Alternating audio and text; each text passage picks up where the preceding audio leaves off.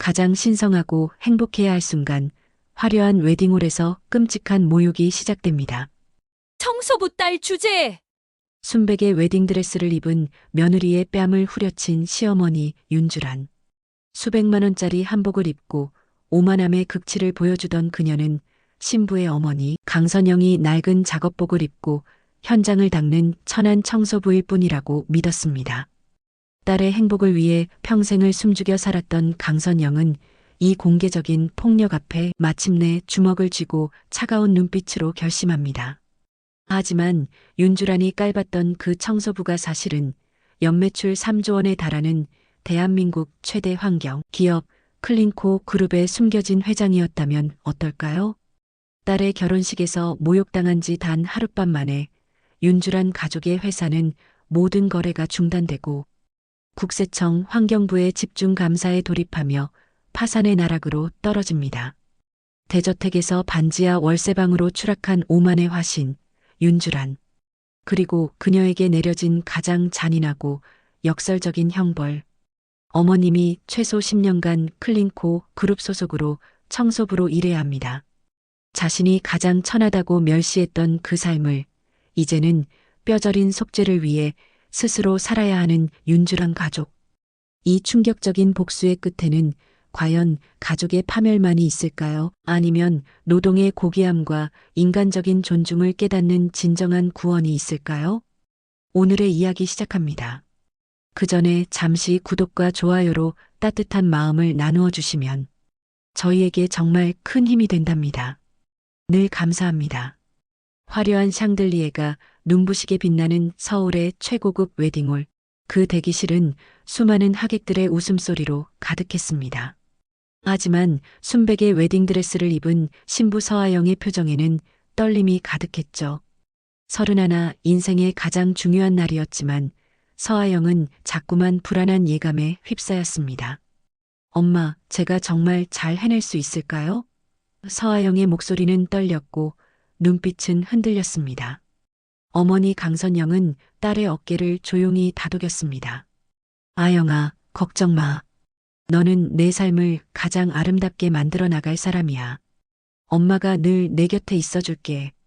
강선영의 손은 44년 동안 청소 현장에서 묵묵히 일하며 거칠고 투박해졌지만 그 손은 서아영에게 세상에서 가장 든든하고 따뜻한 위안이었습니다. 서아영은 그 손에 기대며 자신이 가진 유일한 근심을 털어놓았습니다. 시어머니가 될 윤주란이 자신을 처음부터 차갑게 대했던 일, 그리고 어머니의 직업 때문에 결혼 준비 내내 이어졌던 경멸 섞인 시선들에 대한 걱정이었습니다. 강선영은 딸을 안심시켰습니다. 사람 마음이라는 건 시간이 지나면 변하는 법이야. 너처럼 착한 아이를 싫어할 사람은 없어. 하지만 강선영 역시 윤주란의 눈빛에서 느껴지는 뿌리 깊은 경멸과 오만함을 이미 수없이 목격한 터라 마음속 깊은 곳에서는 작은 불안을 느끼고 있었습니다. 그때 대기실 문이 거칠게 열리며 윤주란이 들어섰습니다. 수백만 원짜리 최고급 한복과 굵은 진주 목걸이를 자랑하듯 착용한 윤주란은 날카로운 목소리로 서아영을 다그쳤습니다. 아직도 준비가 안 되었어? 하객들이 기다리고 있는데 우리 체면이 있지. 서아영이 고개를 숙여 사과하자 윤주란은 시선을 강선영에게 돌렸습니다. 강선영이 입은 다소 어색해 보이는 한복을 위아래로 훑어본 윤주란은 코웃음을 쳤습니다. 사돈, 오늘 하객들 중에 우리 회사 거래처 사장님들이 많이 오셨어요. 혹시 누가 물어보면 적당히 자영업 정도 한다고 말씀하시고 절대로 청소일은 언급하지 말아주세요. 우리 가문의 격이 떨어지는 일은 없어야죠? 그것은 딸의 결혼식에서까지 어머니에게 신분 세탁을 강요하는 노골적인 멸시였습니다. 윤주란이 나가자마자 서아영은 왈칵 눈물을 쏟아냈습니다. 엄마, 죄송해요. 정말 죄송해요. 서아영은 어머니에게 가해지는 무례함이 견딜 수 없이 고통스러웠습니다. 강선영은 딸의 눈물을 닦아주었습니다. 아영아, 엄마는 괜찮아. 내가 행복하면 그걸로 충분해. 강선영은 딸을 안심시켰지만 그녀의 마음속 깊은 곳에서는 윤주란을 향한 차가운 불씨가 타오르기 시작했습니다. 그녀는 생각했습니다. 내 딸의 행복을 위해 참고 또 참았지만 저 오만함이 과연 끝이 있을까? 그녀는 청소 노동자로서 살아왔던 자신의 삶 자체가 윤주란에게 모욕의 대상이 된다는 사실을 뼈저리게 느꼈습니다. 강선영은 고개를 들었지만 그녀의 눈빛은 이미 깊고 서늘한 결심으로 채워지고 있었습니다. 이 결혼식이 끝나면 모든 것을 제자리로 돌려놓겠다고 말입니다. 결혼식이 시작되고 서아영은 신랑 최민규와 함께 입장을 했습니다. 최민규는 훤칠한 키와 준수한 외모를 가졌지만 어머니 윤주란의 그늘에서 벗어나지 못하는 나약한 마마보이의 인상이었습니다. 하객들의 박수 소리 속에서 강선영은 신부 어머니로서 홀로 앉아 있었습니다. 그녀의 거칠어진 손은 한복 치마 위에서 미세하게 떨리고 있었습니다. 줄에 사는 내내 신랑 집안, 즉 한성 청소용품 회사의 자랑만 늘어놓았을 뿐 신부에 대한 언급은 거의 없었습니다. 웨딩홀 안에는 강선영의 직업과 신부 아버지의 부재에 대한 하객들의 수군거림이 파도처럼 번져나갔습니다. 강선영은 그 모든 따가운 시선을 꾹 참고 오직 딸의 행복한 모습만을 지켜보려 애썼습니다. 바로 그때 하객 테이블에서 소동이 발생했습니다. 5살쯤 되어 보이는 아이가 포도주 잔을 쏟았고 보라색 액체가 테이블보와 함께 윤주란 친구의 수십만 원짜리 드레스 끝자락까지 적셨습니다. 피해를 본 하객은 격분했고 윤주란은 곧장 소동이 일어난 곳으로 달려갔습니다. 웨딩홀 아르바이트생이 황급히 달려와 정리를 시도했지만 그는 당황한 나머지 걸레를 짜는 손이 서툴러 얼룩을 오히려 더 번지게 만들었습니다. 윤주란은 기다렸다는 듯 고함을 질렀습니다. 이게 청소를 하는 거야? 똑바로 못해? 이래서 청소하는 것들은 안 된다니까.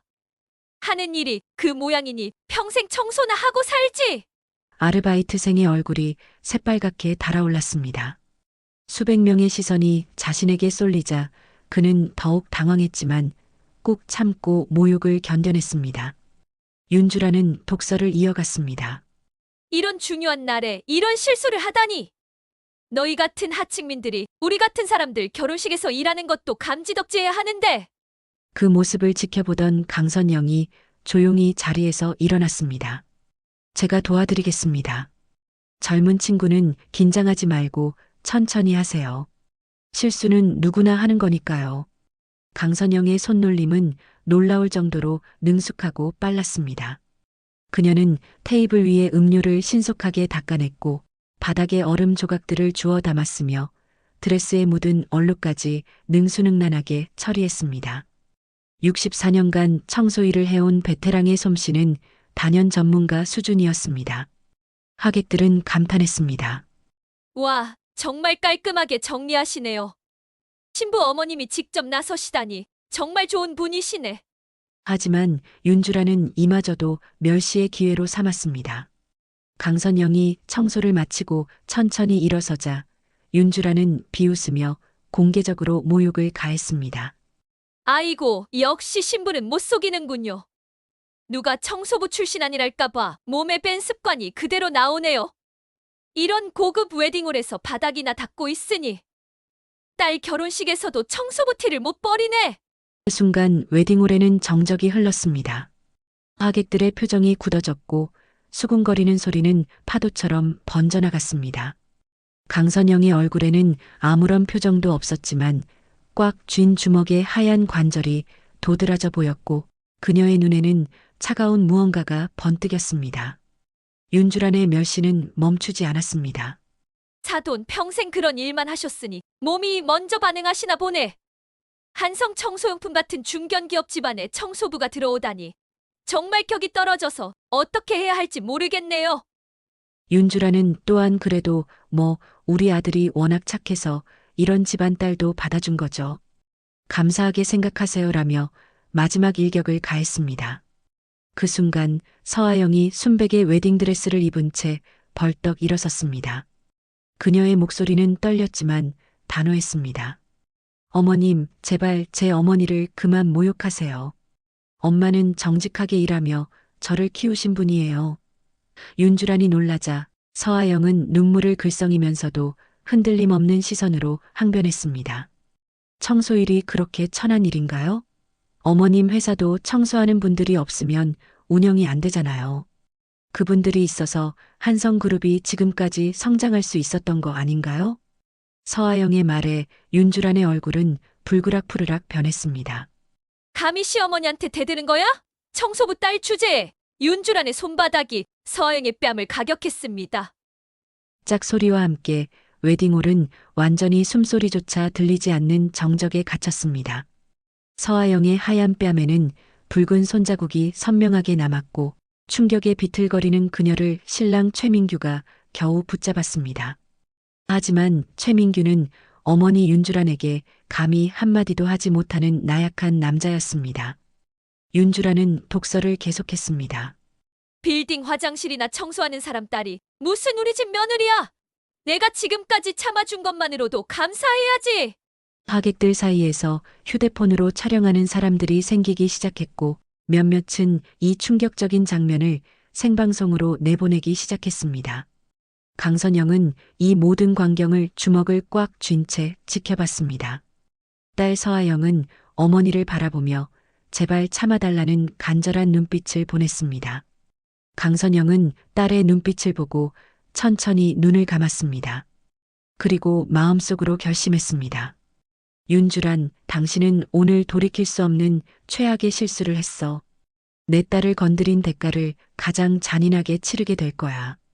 강선영은 더 이상 참지 않기로 했습니다. 그때 사회자가 조심스럽게 다가와 축하 화환이 도착했다고 알렸습니다. 사회자는 클린코 그룹에서 보낸 화환이라고 덧붙였습니다.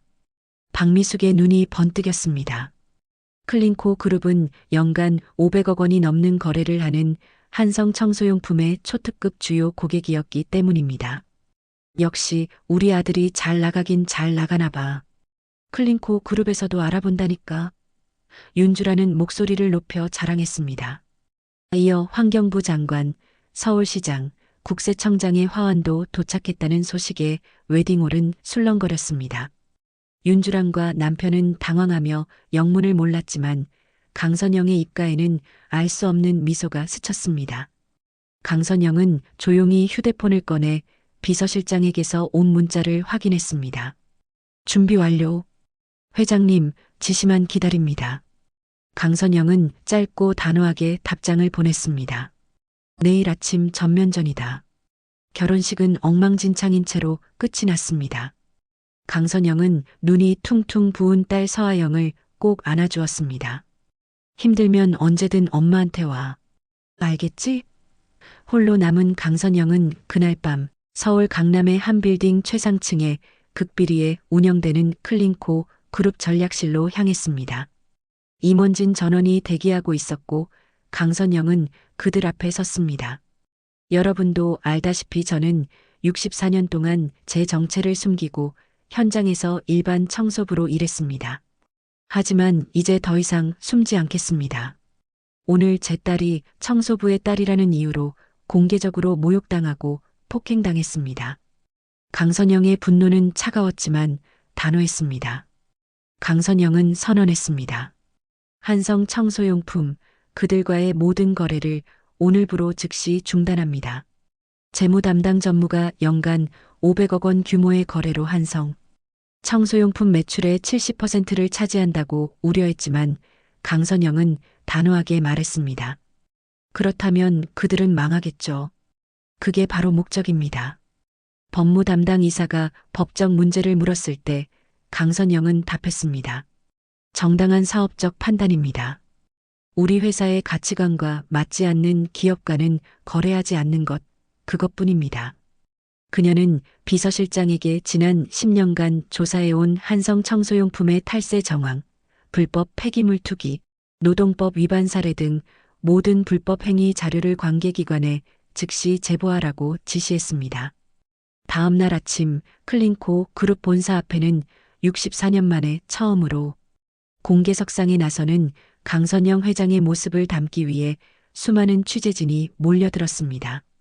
정확히 9시 대회의실 문이 열리고 검은 정장이 아닌 깔끔한 작업복 차림의 강선영 회장이 걸어 들어왔습니다.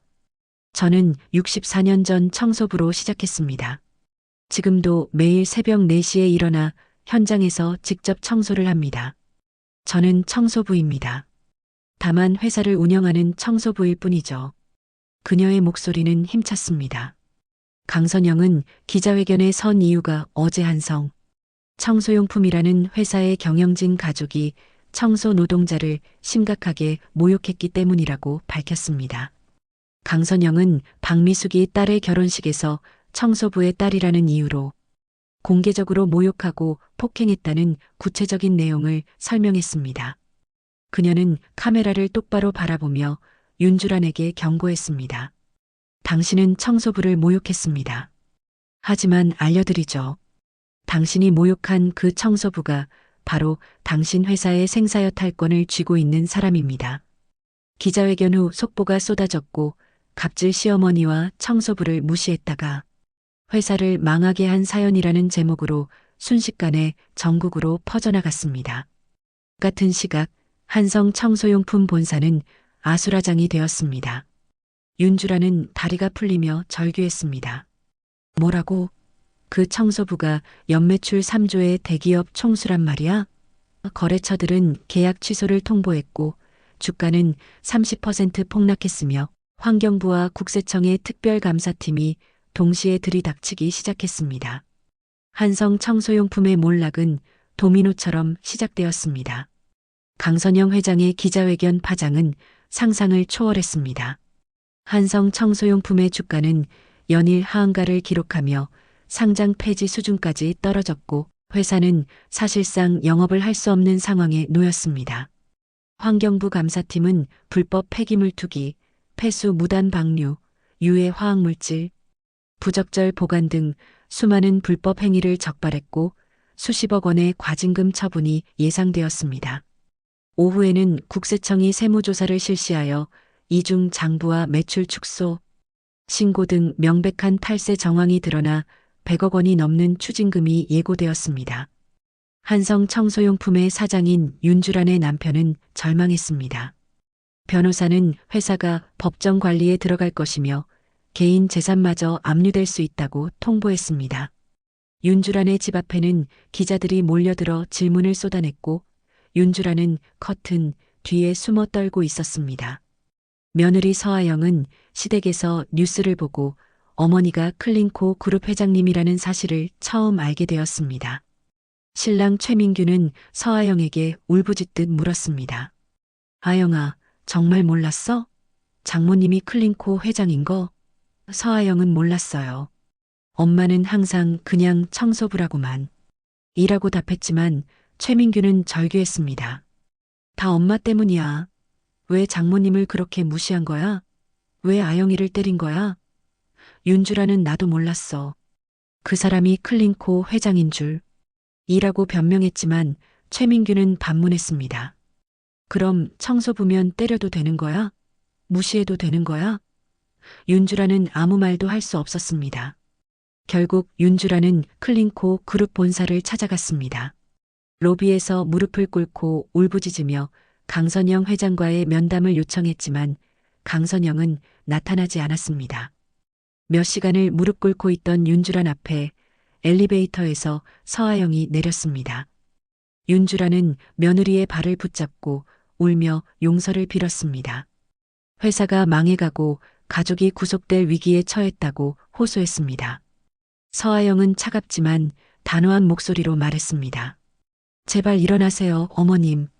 이제 와서 사과한다고 달라지는 건 없어요. 그건 어머님이 자초한 일이에요. 청소부를 멸시한 대가예요. 서아영은 미련 없이 뒤돌아섰습니다. 일주일 후 한성 청소용품은 법정 관리를 신청했습니다. 30년 역사의 중견기업 몰락은 갑질의 대가로 연일 뉴스의 메인을 장식했습니다. 직원들은 회사를 떠나기 시작했고 거래처들은 등을 돌렸습니다. 박미숙의 집에도 압류 딱지가 붙어 집과 차, 모든 재산이 압류되었습니다. 호화로운 200평 대저택에서 살던 윤주란 가족은 결국 평도 채 안 되는 좁은 반지하 월세방으로 이사 가야 했습니다. 윤주라는 이제 반지하 창문으로 지나가는 사람들의 발만 봐야 하는 처지가 되었습니다. 가슴 한구석에서 무언가가 무너져 내리는 소리가 들려왔습니다. 이사 후 며칠이 지나 윤주란 가족은 깊은 절망 속에서 하루하루를 보내고 있었습니다. 남편은 실형을 받을 상황이었고 회사 빚 300억 원에 대한 개인 보증 때문에 가족의 미래는 암흑 그 자체였습니다. 그때 며느리 서아영이 좁은 월세방을 찾아왔습니다. 서아영은 윤주란에게 정중하게 인사했지만 눈빛은 단호했습니다. 어머님 아시다시피 아버님과 민규 씨가 실형을 받을 상황이에요. 서아영은 회사 빚과 개인 보증 문제로 인한 서류들을 펼쳐 보였습니다. 윤주라는 눈물을 글썽이며 고개를 숙였습니다. 서아영은 강선영 회장의 제안을 전달했습니다. 강선영 회장이 회사 빚의 절반을 탕감해주고 아버님과 최민규의 형사 고발을 취하해주겠다는 내용이었습니다. 윤주라는 희미한 희망에 떨리는 목소리로 물었습니다. 정말요? 조건이 무엇인가요? 서아영은 강선영 회장의 단 하나의 조건을 제시했습니다. 어머님이 최소 10년간 클린코 그룹 소속으로 청소부로 일해야 합니다. 서아영은 덧붙였습니다. 이 계약은 어머님의 노동을 통한 속죄의 시간입니다. 만약 단 하루라도 근무를 빠지거나 불성실하게 임할 경우 이 계약은 즉시 취소되고 아버님과 민규 씨는 감옥에 가게 되며 빚 전액을 갚아야 합니다. 윤주라는 충격에 휩싸였습니다. 자신이 가장 천하다고 멸시했던 직업을 이제는 10년 동안이나 생명줄처럼 붙잡고 일해야 한다는 사실이 믿기지 않았습니다. 서아영은 마지막으로 희망을 덧붙였습니다. 10년 후 어머님이 성실히 일하셨음을 증명하시면 어머니 강선영 회장님께서 작은 가게를 열 기회를 주시겠다고 약속하셨습니다. 윤주라는 눈물을 삼키며 계약서에 도장을 찍었습니다. 그것은 구원이자 가장 잔인한 형벌이었습니다. 며칠 후 새벽 3시 윤주라는 클린코 그룹 소속 청소부로서 첫 출근을 했습니다. 평생 이런 시간에 일어나 본 적 없는 윤주란의 몸은 천근만근 무거웠습니다. 그녀가 배정받은 곳은 대형 쇼핑몰의 공중화 장실이었습니다. 새벽 6시까지 청소를 마쳐야 하는 곳이었고 변기 막힘과 온갖 오물로 가득한 화장실을 본 순간 윤주라는 구역질이 올라왔습니다. 하지만 가족의 구원을 위해 그리고 유일한 희망을 위해 고무장갑을 끼고 묵묵히 청소를 시작했습니다. 밖에서는 야 저거 봐. 진짜 그 윤주란이야라며 스마트폰으로 사진을 찍는 소리가 들렸고 그녀의 굴욕적인 모습은 인터넷을 도배했습니다. 윤주라는 고개를 숙인 채 일했고 눈물이 났지만 고무장갑이 오물로 더러워져 눈물조차 닦을 수 없었습니다. 자신이 뱉었던 청소부 티라는 독설이 부메랑이 되어 그녀에게 돌아온 순간이었습니다.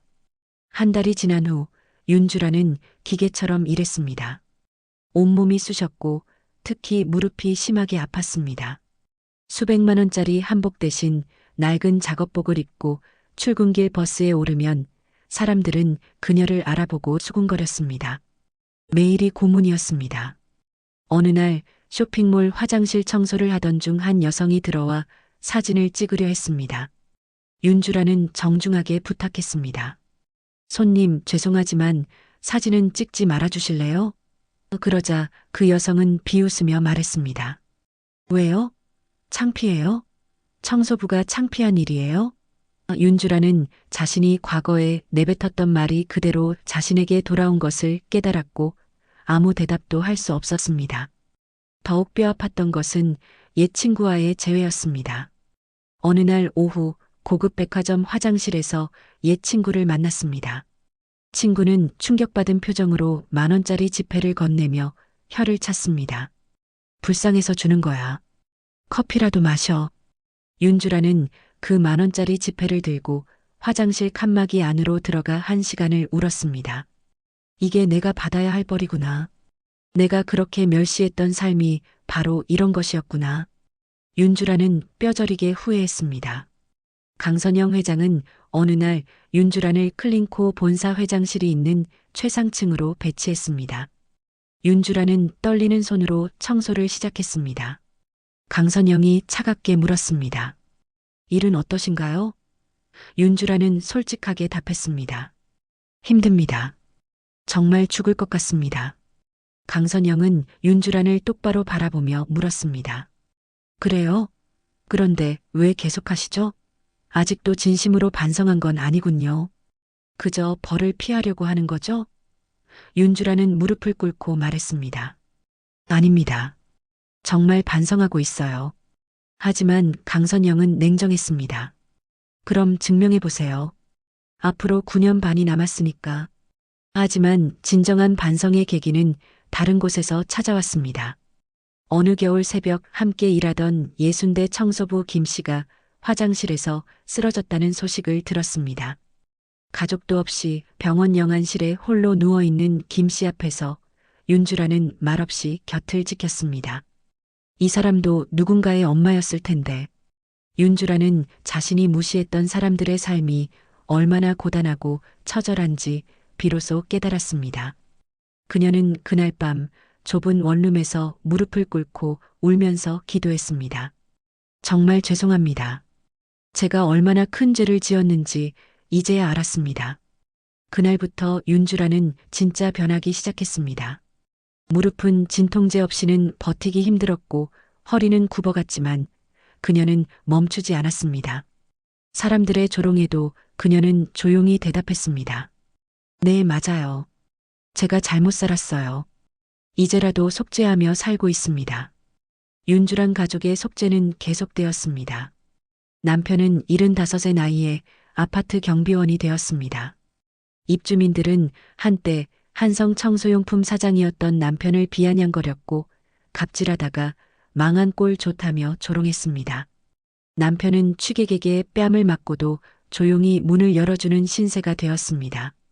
아들 최민규는 45의 나이에 갑질 가족의 아들이라는 꼬리표를 달고 작은 중소기업의 말단 직원으로 허드렛 일을 했습니다. 비서가 모든 것을 처리해주던 과거와 달리 이제는 커피를 타고 복사를 하는 막내 직원이 되었습니다. 회식 자리에서는 상사에게 어머니 윤주란의 과거를 언급하며 조롱당하기 일쑤였습니다. 일요일 저녁 유일한 휴일에 세 사람은 좁은 월세방에 모였습니다. 윤주란의 손은 피투성이었고 남편의 얼굴에는 멍이 들어 있었으며 최민규의 눈은 충혈되어 있었습니다. 윤주란이 울먹이자 남편이 아내의 망가진 손을 잡았습니다. 괜찮아. 우리 모두 잘 버티고 있어. 최민규도 힘겹게 웃으며 말했습니다. 엄마, 아빠, 우리 할 수 있어. 꼭 해낼 거야. 아직 8년만 더 버티면 돼. 세 사람은 차가운 밥을 나눠 먹으며 서로를 위로했습니다. 한때 서울의 화려한 야경을 누리던 그들은 이제 가장 어두운 구석에서 서로의 상처를 보듬으며 진정한 가족의 의미를 되찾고 있었습니다. 어느 날 저녁 강선영은 청소를 하던 윤주란과 마주쳤습니다. 강선영이 물었습니다. 아직 포기 안 하셨나요? 윤주란은 그 자리에서 무릎을 꿇었습니다. 네, 회장님. 끝까지 할 겁니다. 이제 알았어요. 제가 얼마나 잘못 살았는지. 이 벌도 제가 지은 죄에 비하면 가벼워요. 윤주라는 진심으로 눈물을 흘렸습니다. 그리고 10년 후에 다시 시작할 수 있다는 희망이 저를 버티게 합니다. 강선영은 윤주란의 굽어진 허리와 상처투성이의 손, 그리고 그 눈빛에서 진정한 반성을 확인하고 조용히 돌아섰습니다. 매일 밤 윤주란은 달력을 보며 X표시를 하나씩 그었습니다. 3650일 중에 오늘이 73째 날. 아직 멀었지만 할 수 있어. 한때 오만의 화신이었던 윤주라는 이제 가장 비천하다고 여겼던 일을 하며 살아가지만 그녀의 눈에는 희망이 있었습니다. 진정한 품격은 재산이나 지위가 아니라 타인의 삶을 존중하는 겸손함에서 비롯됨을 뼈저리게 깨달았기 때문입니다. 강선영의 복수는 한 가정을 파멸시킨 것이 아니라 그들에게 사람을 향한 존중과 지켜주는 사랑의 가치를 일깨워준 가혹한 교훈이었습니다. 윤주라는 오늘도 새벽 3시에 일어나 화장실로 향하며 몸은 망가져가지만 마음속에 품은 희망과 속죄의 마음으로 한 걸음씩 걸어갑니다. 늘 귀한 시간을 내어 저희와 함께 해주시는 구독자 여러분, 진심으로 감사드립니다. 오늘 이야기가 여러분의 마음에 작은 울림이 되었기를 바랍니다. 혹시 나누고 싶은 이야기가 있다면 댓글로 마음을 전해주세요. 여러분의 따뜻한 한마디가 저희에게는 큰 힘이 됩니다. 오늘도 함께 해주셔서 감사합니다.